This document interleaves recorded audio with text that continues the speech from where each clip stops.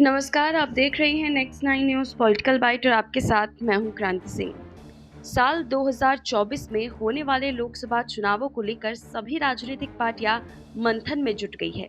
एक तरफ जहां भारतीय जनता पार्टी 9 साल सत्ता में रहने के बाद चुनावों के मद्देनजर जोड़ तोड़ में लगी है, तो वहीं दूसरी तरफ सत्ता से बाहर रही कांग्रेस भी अपनी राजनीतिक बिसात बिछा रही है। द हिंदू की एक रिपोर्ट के मुताबिक हाल ही में गृह मंत्री अमित शाह ने आंध्र प्रदेश के तेलुगु देशम पार्टी के प्रमुख एन चंद्रबाबू नायडू से मुलाकात की। 2019 में एनडीए से अलग हो चुकी इस पार्टी के प्रमुख से मुलाकात के बाद कयास लगाए जा रहे हैं कि आने वाले लोकसभा चुनाव में तेलुगु देशम पार्टी एक बार फिर एनडीए के गठबंधन में शामिल हो सकती है।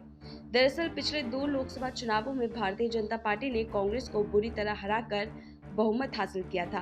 कांग्रेस को हराने के बाद बीजेपी ने कई राज्यों में अपनी ताकत को बढ़ाने के लिए क्षेत्रीय पार्टियों पर अलग अलग तरह के पैंतरे आजमाए। नतीजन पिछले कुछ सालों में सहयोगी दलों ने बीजेपी का साथ छोड़ दिया। वहीं दूसरी तरफ धीरे धीरे कई विपक्षी दल एकजुट होने लगे। विपक्षी एकजुटता का सबसे बड़ा उदाहरण नए संसद भवन के उद्घाटन समारोह के दौरान देखने को भी मिला, जब पीएम मोदी से उद्घाटन के विरोध में 19 पार्टियां समारोह से गायब रही। इसके अलावा दिल्ली में उपराज्यपाल को अधिकार देने वाले केंद्र सरकार के अध्यादेश के विरोध में भी 1 दर्जन पार्टियां आम आदमी पार्टी के साथ आ गई। ऐसे में सवाल उठता है कि वर्तमान में विपक्ष के एक साथ होने के बाद बीजेपी की नई स्ट्रेटेजी क्या होगी? क्या पार्टी को पुराने साथी याद आ रही हैं? पिछले लोकसभा चुनाव में अब तक बीजेपी अपने कई साथियों को खो चुकी है। ऐसे में ये पार्टी आने वाले लोकसभा चुनाव से पहले अपने पुराने सहयोगियों को एक बार फिर वापस लाने की कोशिश में दिखाई दे रही है। देखना बेहद दिलचस्प होगा कि 2024 के चुनावों से पहले क्या ये करना बीजेपी के लिए मुमकिन होगा या नहीं।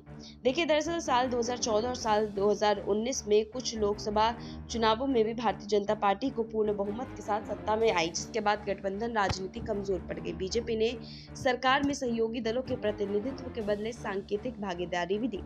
पिछले कुछ सालों में भारतीय जनता पार्टी से कई पुराने साथी अलग हुए हैं। महाराष्ट्र में बीजेपी और शिवसेना का काफी लंबे समय तक गठबंधन रहा, लेकिन उसके बाद शिवसेना कांग्रेस के साथ मिल गई और सरकार बना लिया। पंजाब में भी इसी तरीके से हुआ, आंध्र प्रदेश में भी देखने को मिला हमें। इसके अलावा कई ऐसी जगह रही जहां पर बीजेपी को जो है धक्के खाने पड़े। अब देखना बेहद दिलचस्प होगा इस लोकसभा चुनाव में बीजेपी अपनी कौन सी स्ट्रेटेजी के साथ अपनी वापसी करेगी। फिलहाल अभी के लिए बस इतना ही। देश दुनिया की तमाम बड़ी खबरों के लिए देखते रहिए नेक्स्ट 9 न्यूज़ पॉलिटिकल बाइट।